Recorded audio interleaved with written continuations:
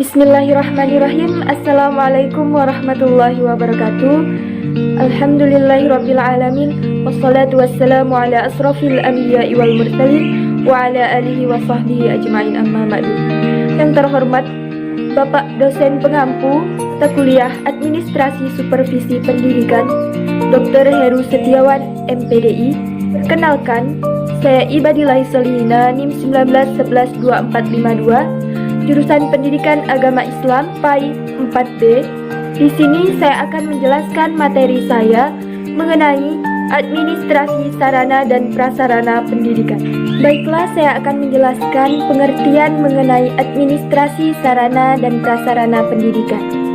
Yang pertama, pengertian administrasi. Administrasi adalah rangkaian kegiatan yang dilakukan oleh sekelompok orang untuk mengelola sarana dan prasarana sehingga dapat berdaya dan berhasil guna agar dapat mencapai tujuan yang telah ditentukan.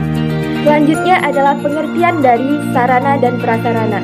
Sarana dan prasarana adalah alat maupun perlengkapan yang digunakan untuk menunjang terjadinya proses pembelajaran. Jadi dapat kita simpulkan bahwa pengertian dari administrasi sarana dan prasarana pendidikan itu adalah sebuah kegiatan yang dilakukan oleh sekelompok orang untuk mengelola alat dan perlengkapan guna menunjang proses pembelajaran sehingga dapat mencapai tujuan pendidikan dengan baik.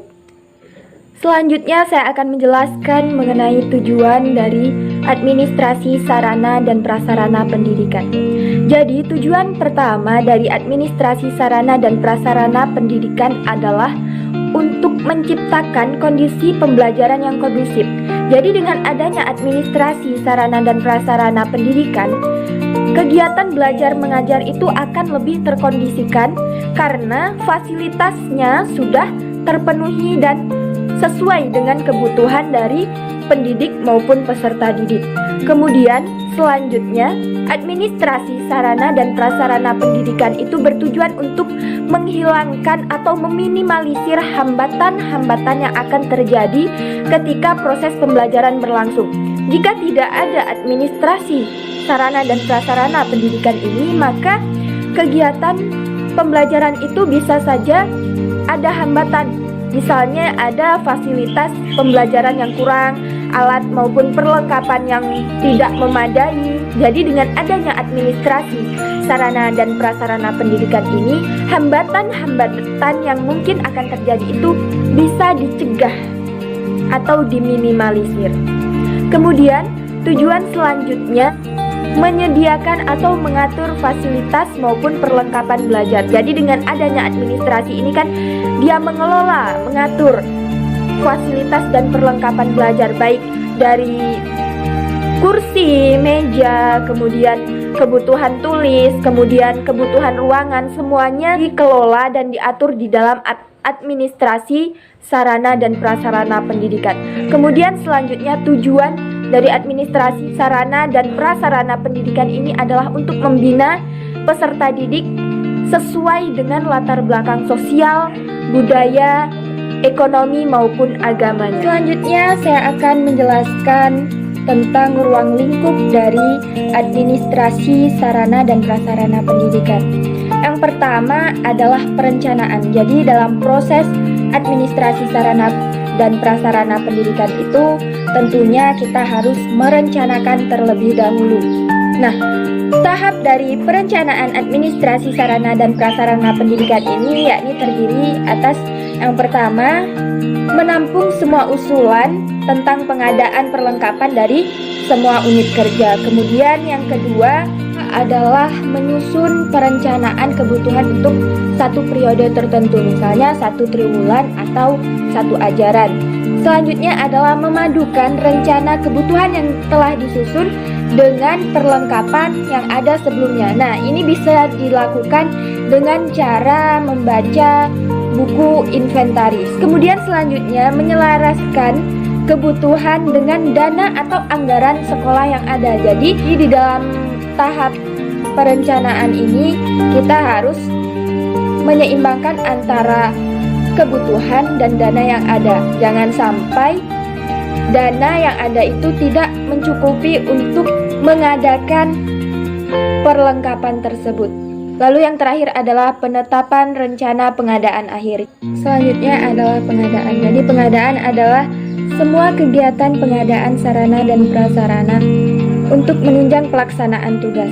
Jadi dalam pengadaan ini bisa dilakukan dengan cara yang pertama, yakni penelitian kebutuhan perlengkapan kerja baik mengenai jumlah maupun mutu, kemudian standarisasi dan perincian benda. Nah, standarisasi dan perincian benda ini dapat dilakukan dengan pengelompokan alat-alat atau pengklasifikasian, kemudian spesifikasi dan perincian alat-alat, selanjutnya pembelian benda perbekalan, dan yang terakhir pengiriman barang dalam pengadaan barang perbekalan. Kemudian selanjutnya yakni inventaris. Inventaris adalah semua kegiatan pendataan sarana dan prasarana yang dimiliki oleh sekolah. Kegiatan inventaris ini bertujuan agar barang itu tidak mudah hilang.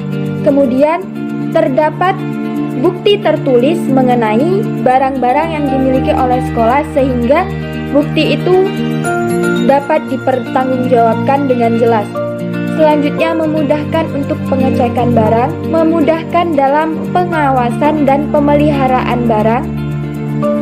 Dan yang terakhir adalah memudahkan ketika adanya mutase atau penghapusan barang. Selanjutnya adalah tahap penyaluran. Jadi di tahap penyaluran ini adalah terjadinya proses pemindahan barang atau tanggung jawab dari satu instansi ke instansi lain. Nah, ada 3 kegiatan dalam tahap penyaluran ini.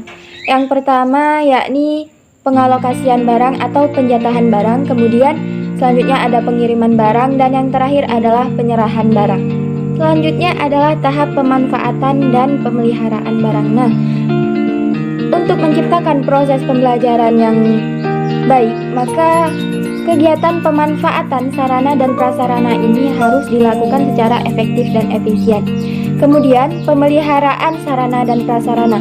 Pemeliharaan sarana dan prasarana ini sangat penting karena dengan kegiatan pemeliharaan ini, sarana dan prasarana itu akan tetap bisa dimanfaatkan untuk proses pembelajaran. Sebab ketika pemeliharaan sarana dan prasarana dilakukan dengan baik, maka barang itu tidak mudah rusak, kemudian tidak mudah hilang, terjaga kebersihan barang-barangnya, lalu komponen-komponen dari sarana dan prasarana itu akan tetap terjaga utuh, tidak hilang kemana-mana gitu. Jadi ketika sarana dan prasarana itu tidak dimanfaatkan dengan baik dan tidak dipelihara dengan baik, maka sarana dan prasarana itu akan rusak dan menjadi hambatan di dalam proses pelaksanaan pembelajaran.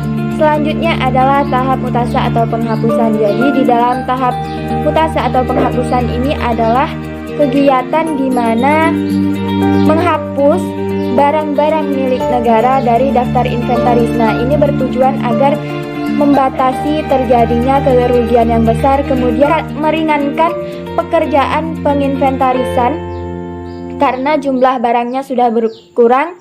Lalu yang terakhir adalah membebaskan barang dari tanggung jawab organisasi yang mengurusinya. Yang terakhir adalah tahap pengawasan. Jadi dalam kegiatan administrasi sarana dan prasarana pendidikan ini diperlukan adanya kendali dan pengawasan dari pimpinan organisasi. Kegiatan pengawasan ini dilakukan untuk meningkatkan fungsi pengelolaan administrasi sarana dan prasarana pendidikan sehingga dapat menghindari terjadinya pemborosan waktu dan biaya.